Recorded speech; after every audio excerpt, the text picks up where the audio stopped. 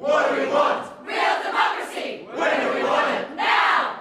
What do we want? Real democracy! When do we want it? Now! Welcome to Real Democracy Now! I'm Nivek Thompson, and Real Democracy Now! Is a podcast for people who think we can and should improve how democracy works. This podcast looks at democracy from different angles to help you think about how democracy might be improved. Welcome to episode 7 in season 3 of Real Democracy Now! A podcast. In this episode, I'm talking with Anthony Green about the Australian electoral system and Vote Compass, a tool which allows voters to explore how their views align with the major parties.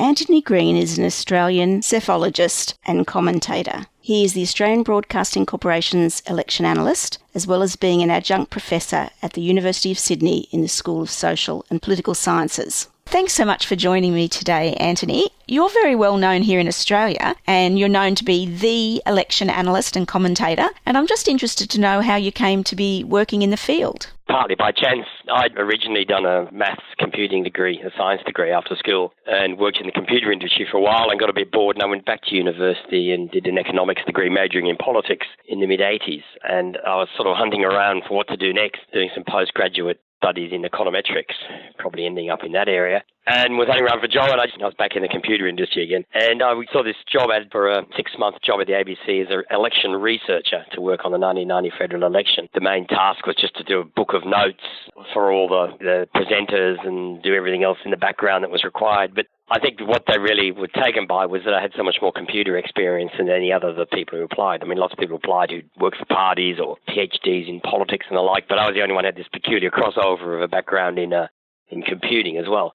And so they hired me for a 6-month job. That would have been finished a month after the 1990 federal election, except all the main presenters, Andrew Wally, Paul Lynham, Kerry O'Brien, all insisted I should be re-employed because this guy knew what he was talking about, they all said. And then they gave me the job of designing their computer system, which I did. I designed the basic database, maths, how it all adds up and works in the background. And in the meantime, did some work on redistributions, and someone interviewed me one day on camera and thought, oh, this guy knows what he's talking about, and he just went from there. So right place, right time, right skills, and making the most of the opportunity I got, and I've turned it into a career.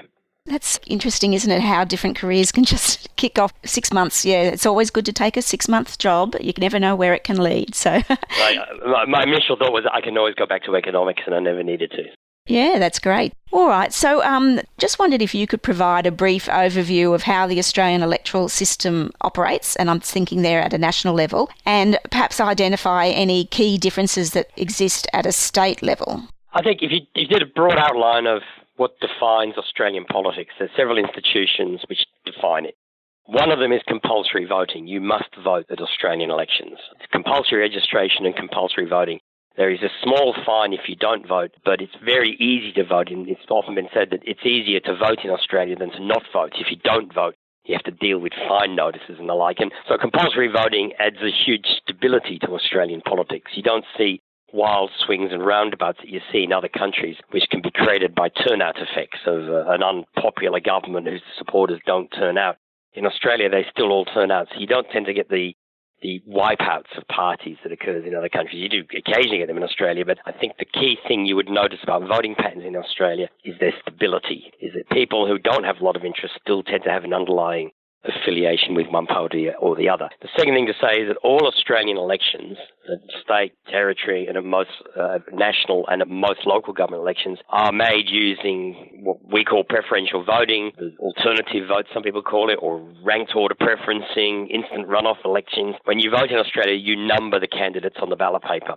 And if nobody reaches 50% of the vote on first preferences, the lower order candidates get excluded and their ballot papers re-examined, and you come up to a final count where somebody has more than 50% of the vote. Now, that's compulsory in most parts of Australia. The preferences, you must number all the squares. And there's also, in some states, it's optional. You don't have to number every square. In terms of parliamentary institutions, most Australian parliaments, both state and federal, are bicameral. There's an upper house and a lower house. And the convention that's developed over decades is usually the lower house is single-member electorates with preferential voting, and the upper houses are what's called the single transferable vote, which is a form of preferential voting in multi-member electorates. So that you get differential majorities. You often get majority governments in the lower house that don't control upper houses, and we have quite strong upper houses in Australia at both state and federal level.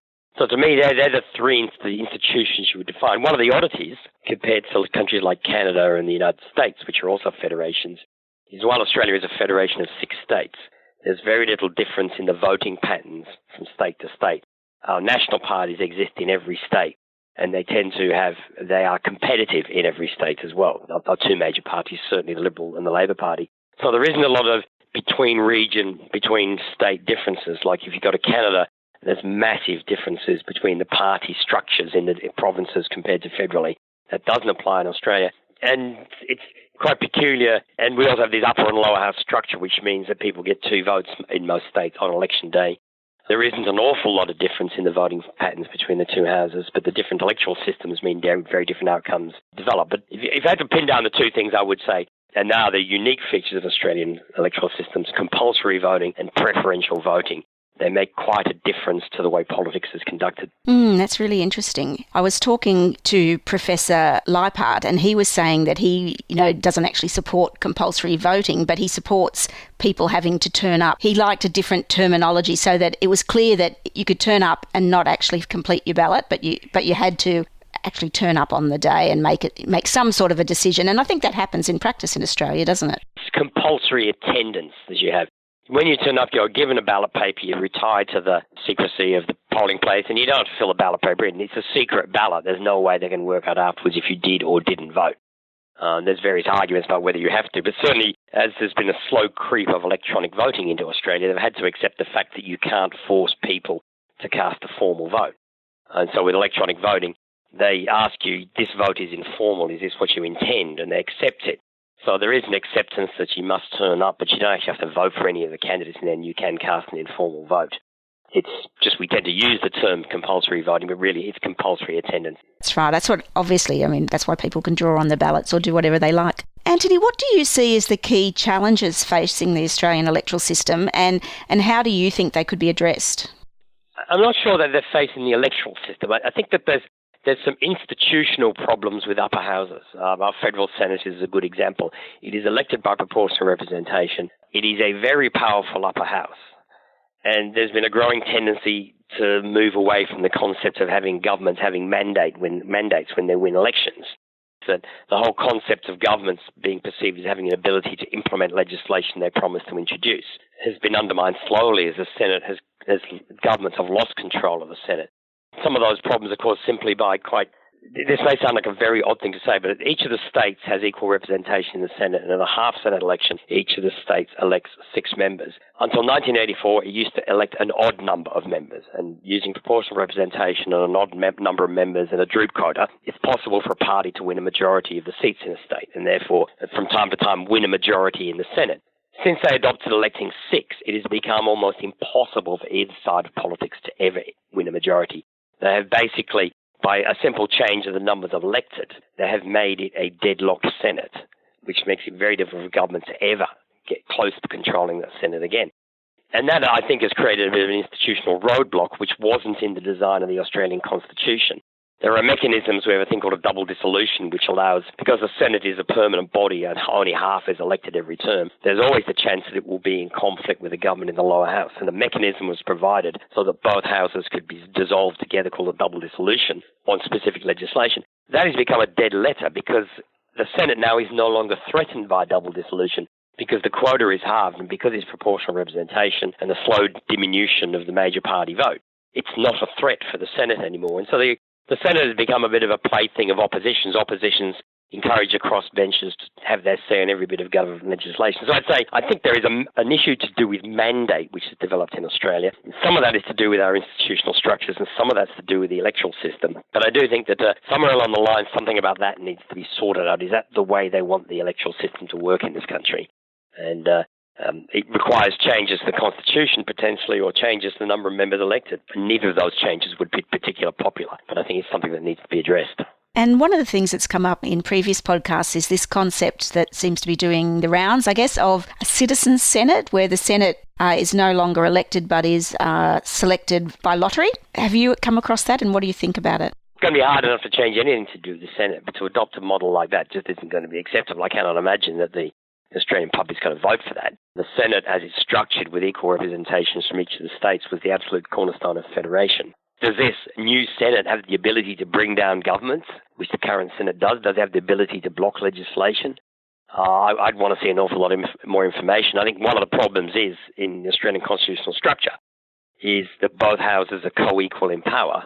I can't see that having a co-equal Senate as some sort of citizens' representative in that sort of model is necessarily acceptable for a democratic functioning. I think it needs a lot more thought. I mean, I haven't heard much about the proposal, but I think it needs a lot of thought because as it is, the Senate is a very powerful institution. Yes.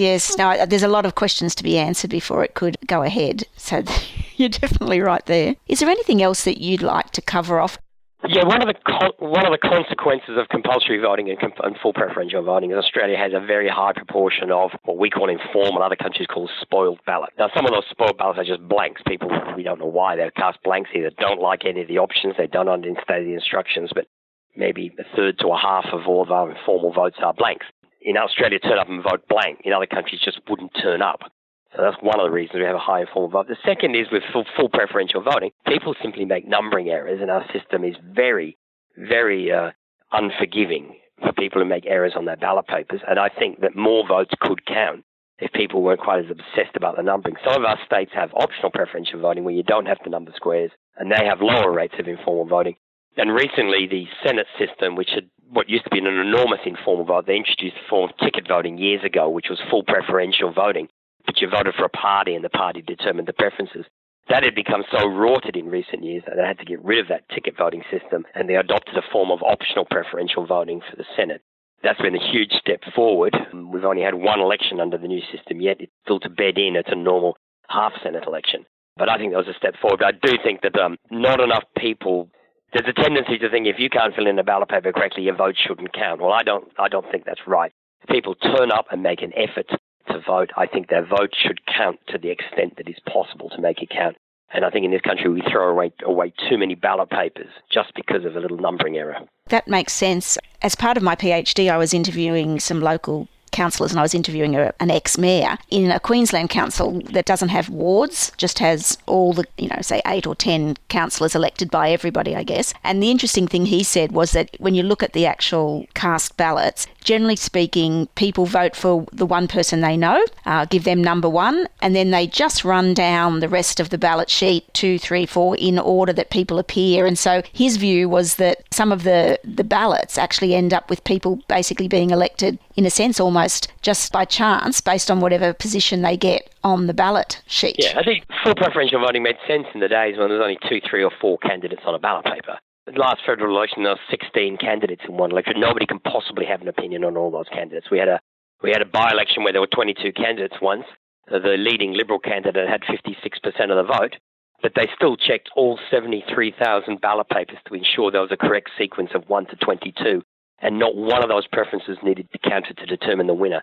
So I think it's ridiculous that we do such bureaucratic checking just to make sure people have followed the rules, when you could relax the rules and people's real intents could be counted perfectly happily. I think that's right. You've been involved with the introduction of Vote Compass here in Australia. Can you tell me what you identify as the main benefits and limitations of that system?